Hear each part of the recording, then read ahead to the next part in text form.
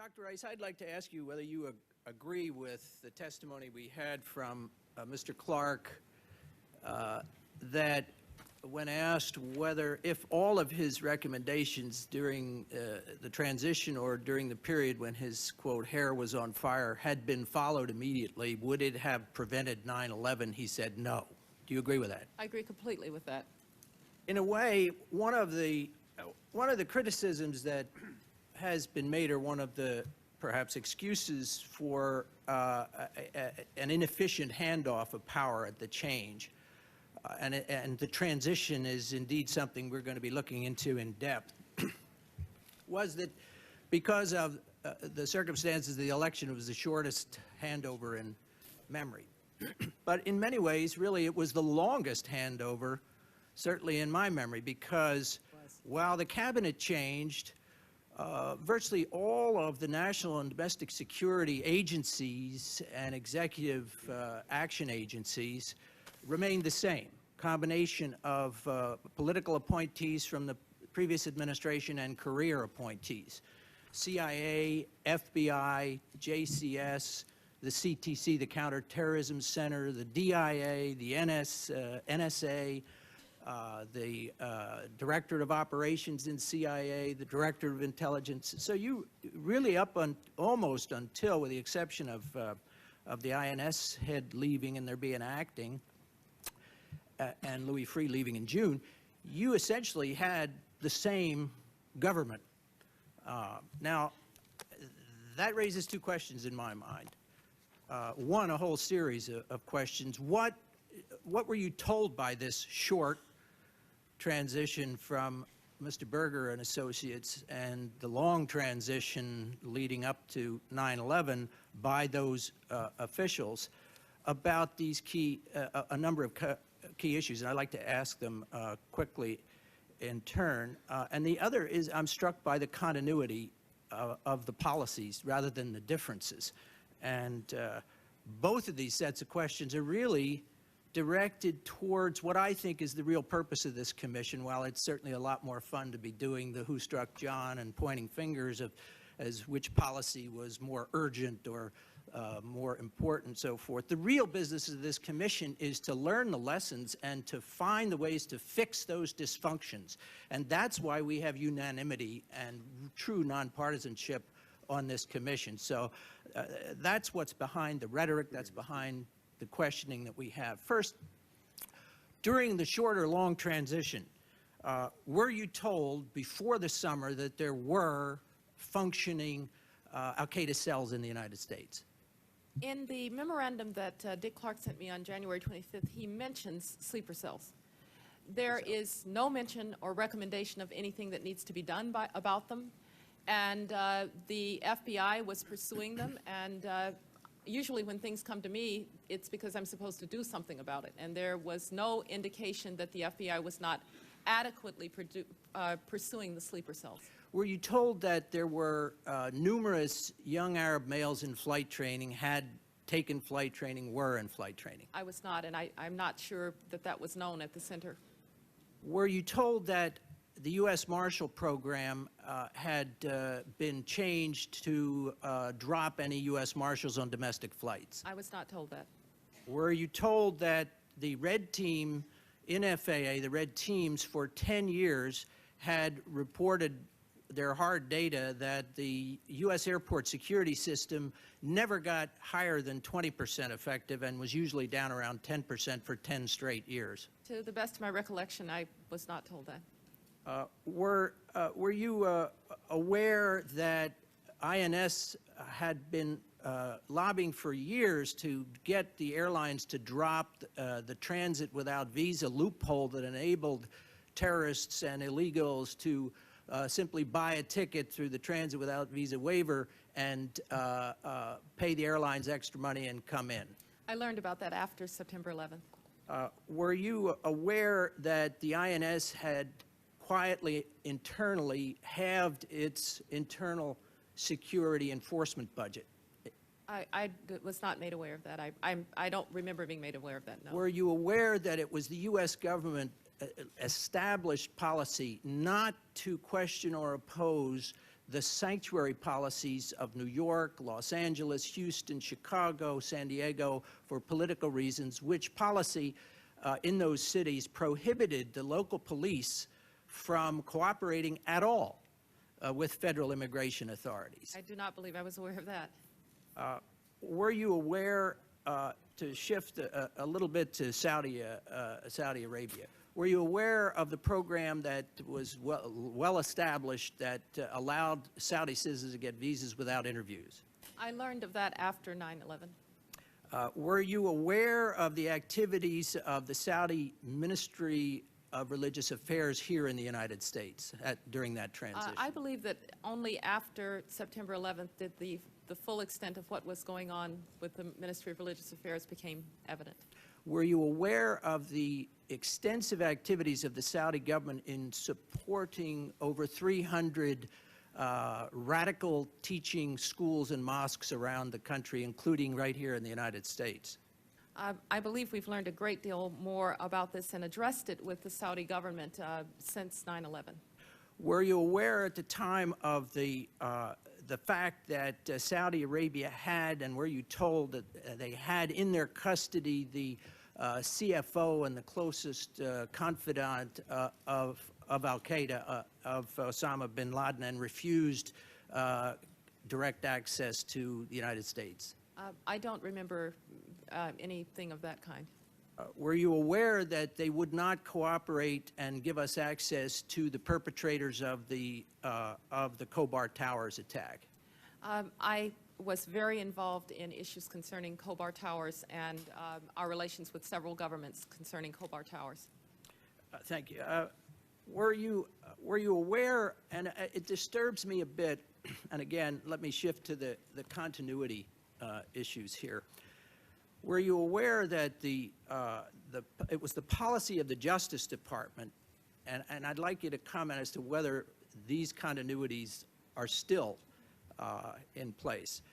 For instance, before I go to justice, were you aware that it was the policy, and I believe remains the policy today, to fine airlines if they have more than 2 young Arab males in secondary questioning, because that's discriminatory? No, I have to say that the kind of inside arrangements for the FAA are not really in my purview. Well, these are not so inside. Yes, Were you no. aware that the FAA, up till 9/11, thought it was perfectly permissible to allow 4-inch knife blades aboard? I was not aware of. Okay, back to justice. I was disturbed to hear you say on the continuity line that the President Bush's first reaction to 9/11 and the question of al-Qaeda's involvement was, we must bring him to justice, because we have had dozens and dozens of interviewees and witnesses say that a fundamental problem of the dysfunction between CIA and justice was the attitude that law enforcement was what terrorism was all about, not prevention and foreign policy. I think that there was at the time a very strictly enforced wall in the Justice Department between law enforcement and intelligence, and that repeatedly there are many statements from presidents and attorneys general and so forth that say that the first priority is bring these people to justice, protect the evidence, seal the evidence, and so forth. Do you believe that that this has changed? I certainly believe that that has changed, Commissioner Lehman. Let me just go back for 1 second, though, on the long list of questions that you asked.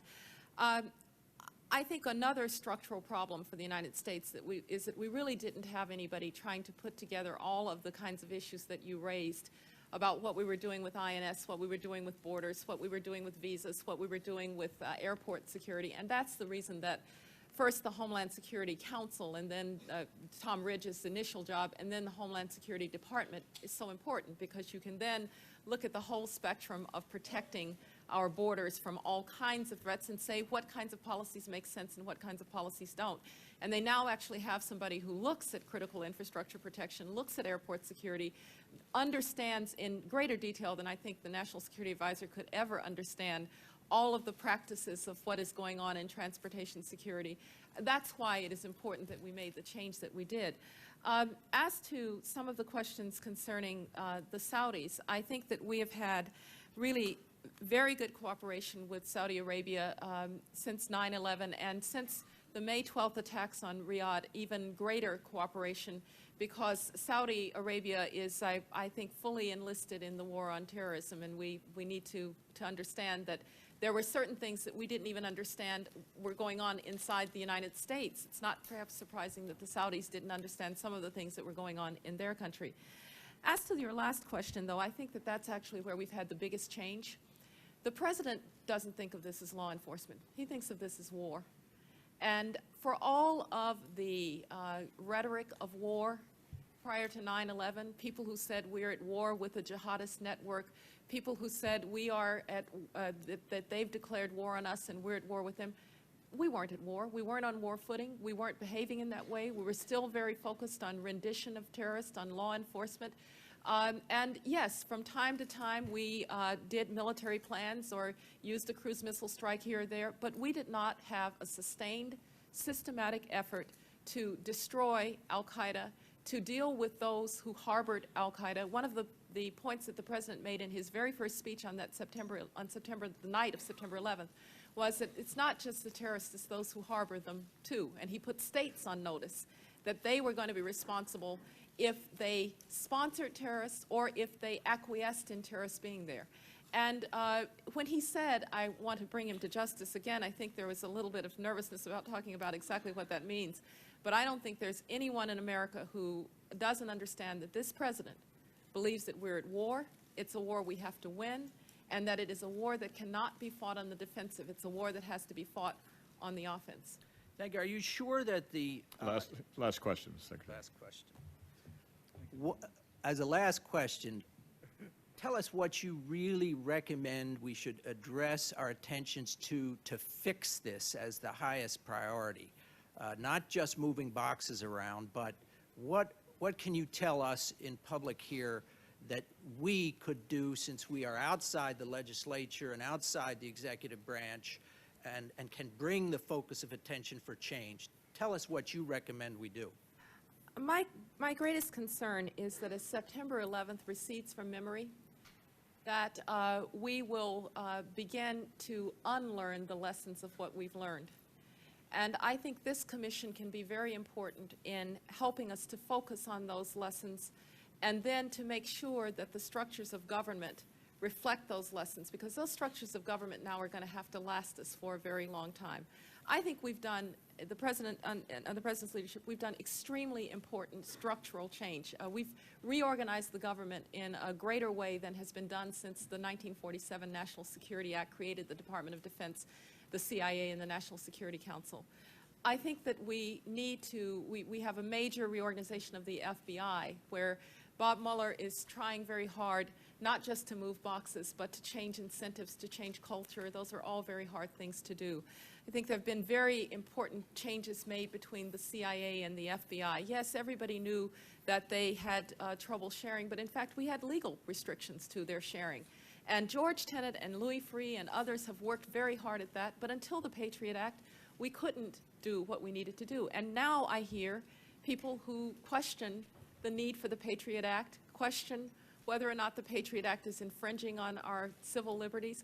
I think that you can address this hard question of the balance that we as an open society need to achieve between the protection of our country and the need to remain the open society, the welcoming society that we are. And I think you're in a better position to address that than anyone. And I do want you to know that when you have addressed it, the President is not going to just be interested in the recommendations. I think he's going to be interested in knowing how we can press forward in ways that will make us safer. The other thing that I hope you will do is to take a look back again At the question that keeps arising, I think Senator Gorton was going after this question. I've heard Senator Kerry talk about it, which is, you know, the country, like democracies do, waited and waited and waited as this threat gathered. And we didn't respond by saying we're at war with them. Now we're going to use all means of our national assets to go against them. There are other threats that gather against us. And what we should have learned from September 11th is that you have to be bold and you have to be decisive and you have to be on the offensive, because we're never going to be able to completely defend.